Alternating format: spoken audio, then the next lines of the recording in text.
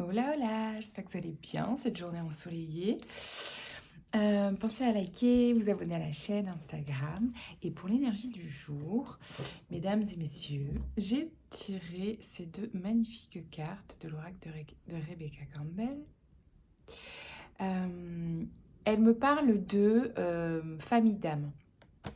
Famille d'âme et éventuellement ancêtres, soutien des ancêtres.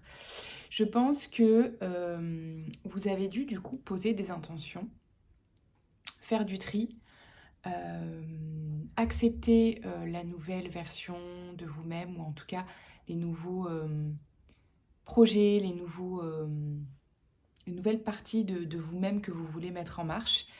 Et du coup, c'est comme si on vous avait entendu et du coup il y a des opportunités, des nouvelles relations qui viennent à vous et qui font vraiment partie de rencontres très importantes dans votre vie. C'est pour ça que je parle vraiment de famille d'âme. Pour moi, il y a des personnes qui viennent à vous, dans lesquelles vous allez vous reconnaître et avec lesquelles vous allez vous reconnaître profondément. C'est trop cool. Et parallèlement à ça, gardien de la Terre, vous avez aussi des ancêtres qui vous guident pour ça. Euh, c'est beau. Ok, trop bien. Première ligne. As de bâton, 5 de coupe et le soleil. Donc là, waouh, là, vous êtes en marche, vous retrouvez la passion, le feu de l'action, d'entreprendre. Et en fait, ça contrebalance ce 5 de coupe là, qui était un peu de regarder, qui était un peu en train de faire le deuil en fait, de regarder un peu ce qui clôturait. Il y avait beaucoup, enfin beaucoup, je sais pas, mais en tout cas, il y avait des choses à clôturer, du tri à faire, que ce soit dans les projets, dans les intentions, dans les relations, etc. Et donc, ben voilà, ça prend du temps, enfin ça demande de faire le deuil, effectivement. Et après, de pas trop y rester non plus. Il ne s'agit pas d'avoir des regrets parce que vraiment, voilà, comme je disais, vous emportez avec vous tout ce que la vie vous a appris dans chacune de vos expériences ou chacune de vos relations ou chacun de vos projets. Donc, soyez reconnaissant de ça, mais soyez pas dans l'énergie du regret parce que ça vous plombe et ça vous freine.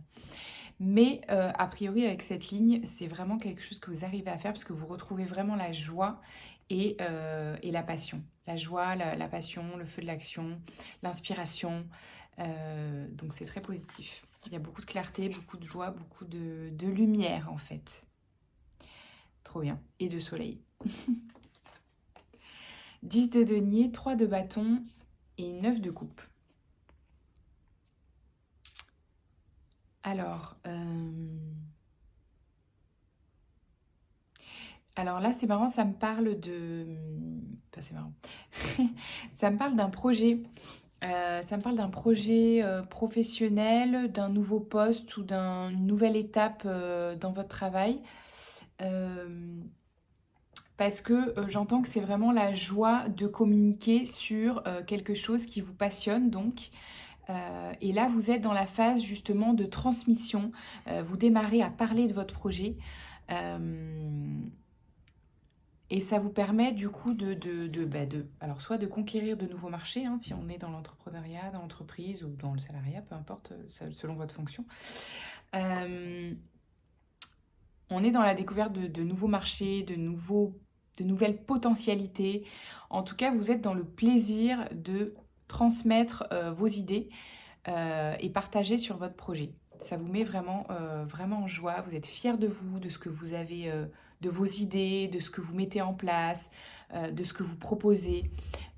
C'est quelque chose qui vous ravit, qui vous comble. Le fait juste de le faire, de le montrer, d'en parler, c'est quelque chose qui vous passionne. Vous le faites avec passion. Le 2 d'épée, ensuite le 8 d'épée et le 5 d'épée, ça fait beaucoup d'épée. Ça fait beaucoup d'épée parce que ce que je vois en fait, c'est que tout ce qui se passe là-haut, le fait que vous renouiez avec, je sais pas si ça se dit comme ça, avec votre passion, avec ce qui vous fait du bien, et ben en fait, ça vient en confrontation avec le mental qui a été très très présent a priori.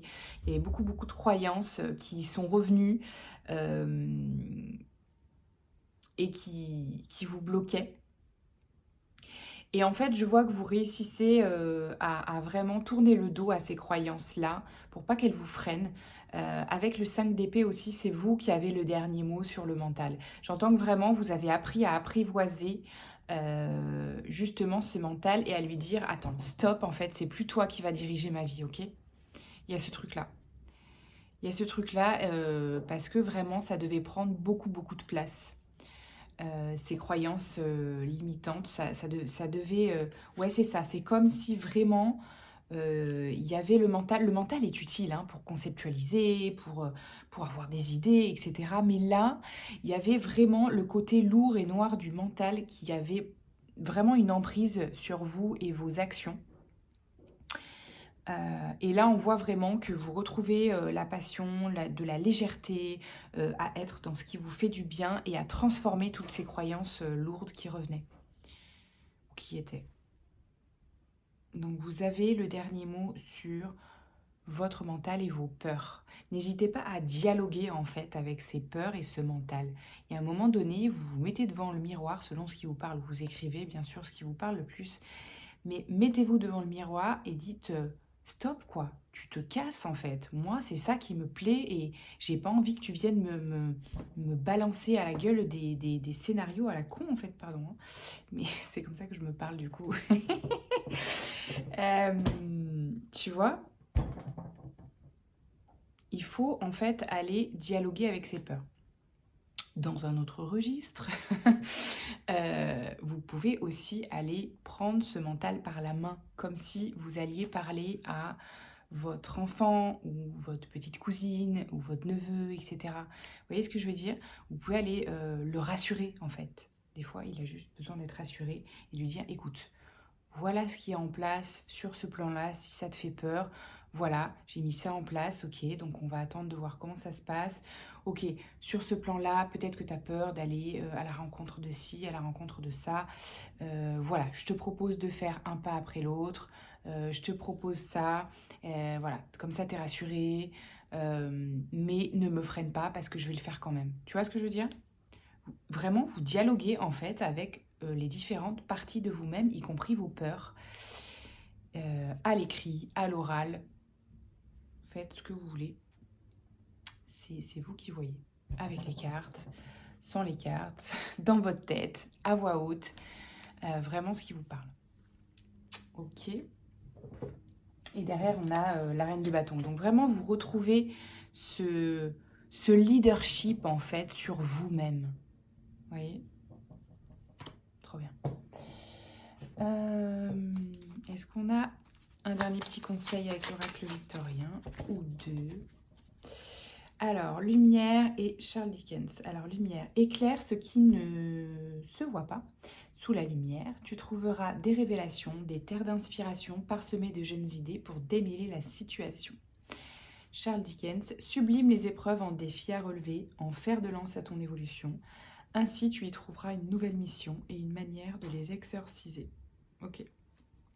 Donc c'est vraiment, ça me parle vraiment de ouais, ce renouveau-là, cet as de bâton-là, qui est vraiment dans le... je renoue avec ce qui me passionne, j'ai des nouvelles idées, je les transmets, je les mets en œuvre, je les révèle, j'en parle, vous voyez, on est vraiment dans ça là.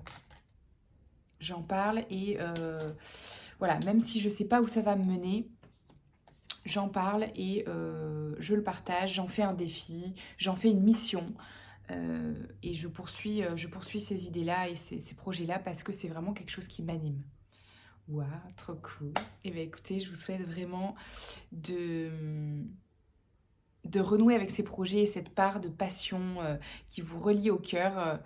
Et voilà, avec beaucoup d'énergie, beaucoup d'amour. Et puis à bientôt. Ciao, ciao.